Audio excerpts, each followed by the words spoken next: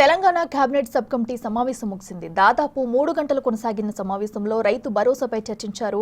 సంక్రాంతికి రైతు భరోసా ఇస్తామని గతంలోనే ప్రభుత్వం ప్రకటించింది. గతంలో మాదిరిలా కాకుండా పంట సాగు చేసే వారికే రైతు భరోసా ఇవ్వాలని సమావేశంలో నిర్ణయించినట్లు సమాచారం. ప్రజాధనం వృధా కాకుండా నిజమైన రైతుకు లబ్ధి చేకూర్చేలా ప్రణాళికలు రచిస్తుంది. గూగుల్ డేటా, శాటిలైట్ ఇమేజ్ ఆధారంగా పంట సాగు విస్తీర్ణాన్ని లెక్కించనుంది. ఇప్పటికే శాటిలైట్ ఇమేజింగ్ చేసే ఏజెన్సీ సర్వీసులతో మంత్రి తుమ్మల నాగేశ్వరరావు సమావేశమయ్యారు. సుమారు 61 లక్షల మందికి చేకూరనున్న లబ్ధి జరిగే అవకాశాలున్నాయి. గత ప్రభుత్వ హయాంలో 21,000 కోట్ల రూపాయలు అనర్హులకు లబ్ధి చేకూరింది.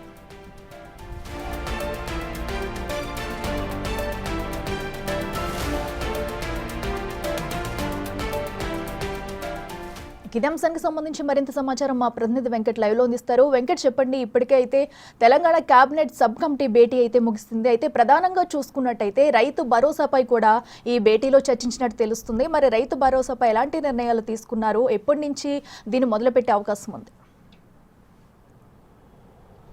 అఖిల, రైతు భరోసా మీద కేబినెట్ సబ్ కమిటీ సమావేశం ముగిసిందని చెప్పుకోవచ్చు. దాదాపు సుదీర్ఘంగా 11:30కు ప్రారంభమైన ఈ సమావేశం దాదాపు 3:30 గంటల పాటు కొనసాగింది పూర్తి స్థాయిలో. ఎందుకంటే రాష్ట్ర వ్యాప్తంగా ఇప్పటికే ఈ కమిటీ ఆయా జిల్లాలంతా కూడా సందర్శించింది. ఎక్కడెక్కడ వ్యవసాయదారులు కావచ్చు, ఇటు రైతులు ఎవరెవరు పంటలు వేస్తున్నారు, ఎన్ని ఎకరాల్లో పంటలు వేస్తున్నారు అనే దాని మీద పూర్తి స్థాయిలో డేటా సేకరించి ఉంది ఈ కమిటీ. ఇప్పటికే గతంలో ఎంత పంట వచ్చింది, గత ప్రభుత్వం రైతు భరోసా కింద ఎవరెవరు ఎంత మొత్తంలో డబ్బులు తీసుకున్నారు, ఈ తర్వాత కాలంలో ఎంతమంది దీని మీద భూములు ఎవరెవరు దీన్ని రైతు భరోసా తీసుకున్నారనే దాని మీద పూర్తి స్థాయిలో ఈ కమిటీ అయితే డేటా అంతా సేకరించి ఉంది. ఇక తాజాగా ఈ సబ్ కమిటీ అంతా కూడా ఇప్పటికే రాష్ట్ర వ్యాప్తంగా అన్ని జిల్లాల్లో ఈ పంటల మీద రైతులకు సంబంధించిన వ్యవసాయం మీద పూర్తి స్థాయిలో డేటా ఉంది. కాబట్టి ఇక దానికి సంబంధించి ఇప్పుడు తాజాగా రేపు 14 తారీఖు నుంచి సంక్రాంతి 14 ఏదైతే మకర సంక్రాంతి ఉంటుందో అదే రోజు నుంచి రైతు భరోసా వేయాలని సబ్ కమిటీ తీర్మానించింది. ఖచ్చితంగా ఎవరైతే వ్యవసాయ పంట ఎవరైతే వేస్తున్నారో ఆ రైతులకు ఖచ్చితంగా రైతు భరోసా అందించాలనేది ప్రభుత్వం లక్ష్యంగా పెట్టుకున్నది. అది రేపు కేబినెట్లో, అంటే రేపు 4వ తారీఖు రోజు కేబినెట్ సమావేశం ఉంది. కేబినెట్లో మంత్రివర్గం అంతా కూడా కూర్చుంటుంది. కాబట్టి ఖచ్చితంగా రైతు భరోసా మీద ఒక విధి విధానాలు అయితే ప్రకటించే అవకాశం అయితే కనిపిస్తుంది. ఇక రైతు భరోసాకు సంబంధించి కట్ ఆఫ్ అంటే ఎంత 5 ఎకరాల వాళ్ళకి ఇస్తారా, లేదంటే 7.5 ఎకరాల వరకు ఉన్న వారికి ఇస్తారా, లేదంటే 10 ఎకరాల భూమి ఉన్నవారికి ఇవ్వాలన్న ఒక కట్ ఆఫ్ అయితే రేపు క్యాబినెట్లో చర్చించే అవకాశం అయితే కనిపిస్తుంది. ఖచ్చితంగా ఏడాదికి 15,000 రూపాయలు ఇస్తామని ఇప్పటికే ప్రభుత్వం ఎన్నికల ముందు హామీ ఇచ్చింది. కాబట్టి ఖచ్చితంగా రేపు 14వ తారీఖు రోజు సంక్రాంతి పండుగ రోజు 7,500 రూపాయలు అయితే ఖచ్చితంగా రైతుల అకౌంట్లో పడే అవకాశం అయితే స్పష్టంగా కనిపిస్తుంది. దానికి సంబంధించి ఎవరెవరు పంటలు వేస్తున్నారు, రైతులు ఎన్ని ఎకరాల్లో వేస్తున్నారు, ఎంత మొత్తంలో సాగు చేస్తున్నారు అనే దాని మీద ఈ రైతుల నుంచి దరఖాస్తులు తీసుకునే అవకాశం అయితే కనిపిస్తుంది. ఎందుకంటే స్వయంగా రైతులు సాగు చేస్తే కనుక మేము ఇన్ని ఎకరాల్లో మేము ఇవాళ వరి సాగు చేస్తున్నాము లేదా ఇతర పంటలు సాగు చేస్తున్నాము అంటూ ఖచ్చితంగా రైతులు దరఖాస్తులు చేసుకుంటారు. ఎందుకంటే గత ప్రభుత్వంలో అనేక కోట్ల రూపాయలు, కొన్ని వేల కోట్ల రూపాయలు వృధా అయ్యాయి. రాష్ట్ర సంపద అంతా కూడా కొన్ని వేల ఎకరాలు ఉన్న భూస్వాములు కూడా ఈ రైతు భరోసా కావచ్చు, రైతు రుణమాఫీ కావచ్చు తీసుకున్నారు. కాబట్టి ప్రజాప్రభుత్వంలో అలాంటి తప్పిదాలు జరగకూడదు, రాష్ట్ర ఖజానా అంతా కూడా వృధా కాకూడదు అనే సంకల్పంతో ఎవరైతే వ్యవసాయం చేస్తున్నారో, ఎవరైతే పంట సాగు చేస్తున్నారో వారికి మాత్రం ఖచ్చితంగా రైతు భరోసా అందిస్తే రైతులు ఇంకాస్త ఆర్థికంగా ముందుకు వస్తారు అనేది అయితే కంపల్సరీగా ప్రభుత్వం ఆలోచిస్తుంది.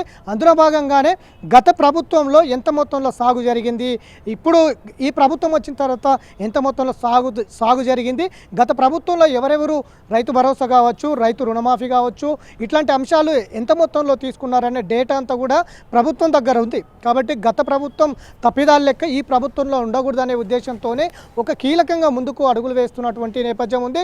ఇక సబ్ కమిటీ తీసుకున్నటువంటి నిర్ణయాలు రేపు 4వ తారీఖు నాడు ఏదైతే కేబినెట్ సమావేశం ఉంది, 4 కేబినెట్ సమావేశం ముగిసిన తర్వాత ఖచ్చితంగా 5వ తారీఖు నుంచే రైతుల నుంచి దరఖాస్తులు తీసుకునే అవకాశం అయితే కనిపిస్తుంది. ఆయా జిల్లాల నుంచి ఇప్పటికే పూర్తి స్థాయిలో డేటా సేకరించింది. కాబట్టి 5వ తారీఖు నుంచి ఎన్ని ఎకరాల్లో ఎంతమంది సాగు చేస్తున్నారో అనే అంశంలో పూర్తిగా రైతుల నుంచి దరఖాస్తులు సేకరించి ఆ దరఖాస్తుల ఆధారంగా పూర్తి స్థాయిలో ఒక డిసిజన్ తీసుకొని ఎవరెవరు ఎంతెంత ఎకరాల్లో పంట సాగు చేస్తున్నారు అనే దాని మీద ప్రభుత్వం ఒక విధి విధానాలు ప్రకటించి ఖచ్చితంగా ఎవరైతే పంట వేస్తున్నారో వారికి మాత్రం ఖచ్చితంగా 7,500 రూపాయలు మొదటి దఫా ఇచ్చేందుకైతే ప్రభుత్వం కసరత్తు అయితే చేస్తుంది. దానికి సంబంధించిన ఇంకా విధి విధానాలు తెలియాల్సి ఉంది. సబ్ కమిటీ పూర్తి స్థాయిలో దాదాపు 3.5 గంటలు 4 గంటల పాటు సమావేశం ఏర్పాటు చేసుకున్నది కాబట్టి రైతు భరోసా పైన, రైతాంగం పైన, రైతుల సమస్యల పైన ఎలాంటి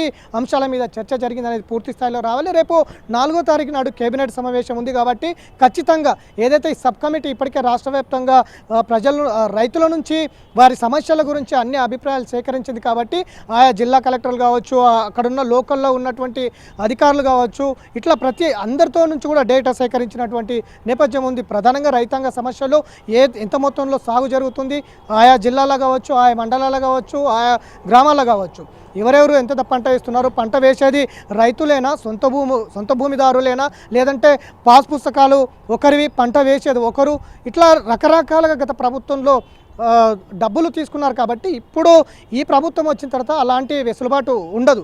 ఖచ్చితంగా ఎవరైతే పంట వేస్తారో పంట వేసిన వారికి మాత్రం ఖచ్చితంగా రైతు భరోసా ఇవ్వాలి, వారికే ఆర్థికంగా సహాయం అందించాలనేది ప్రభుత్వం ఒక సంకల్పంతో ముందుకు వెళ్తున్నటువంటి నేపథ్యంలో ఖచ్చితంగా రాష్ట్ర కేబినెట్లో రేపు 4వ తారీఖు రోజు జరగబోయే కేబినెట్లో మాత్రం ఖచ్చితంగా ఒక విధి విధానాలు ప్రకటించి 14వ తారీఖు జనవరి 14 అంటే సంక్రాంతి పండుగ రోజు ఖచ్చితంగా రైతు అకౌంట్లో రైతు భరోసా వేసేందుకైతే ప్రభుత్వం సిద్ధమవుతుందని చెప్పుకోవచ్చు. గత ప్రభుత్వ తప్పిదాలు ఖచ్చితంగా ఈ ప్రభుత్వంలో ఉండకూడదు, ఎక్కడ అవకతవకలు జరగకూడదు, ఏ రైతుకు అన్యాయం జరగకూడదు అనేది ప్రభుత్వం ముందు నుంచి చెప్తుంది. ఇప్పటికే రైతు రుణమాఫీ ఏకకాలంలో 2 లక్షల రూపాయలు రుణమాఫీ చేసింది. రైతులను నిజంగా చెప్పాలంటే కూడా ఆయా జిల్లాలో అనేక ఇబ్బందులు పడుతున్నటువంటి రైతులను ఒక్కసారిగా అప్పుల నుంచి విముక్తి చేసిందని చెప్పుకోవచ్చు ప్రభుత్వం. దాదాపు 2 లక్షలు ఒకేసారిగా రుణమాఫీ చేసినటువంటి నేపథ్యం ఉంది. ఇక దీనికి సంబంధించి ఇప్పుడు రైతు భరోసా కూడా రైతుకు నేరుగా అకౌంట్లో వేస్తే కనుక ఆర్థికంగా కొంచెం ముందుకు వచ్చి ఆ వ్యవసాయం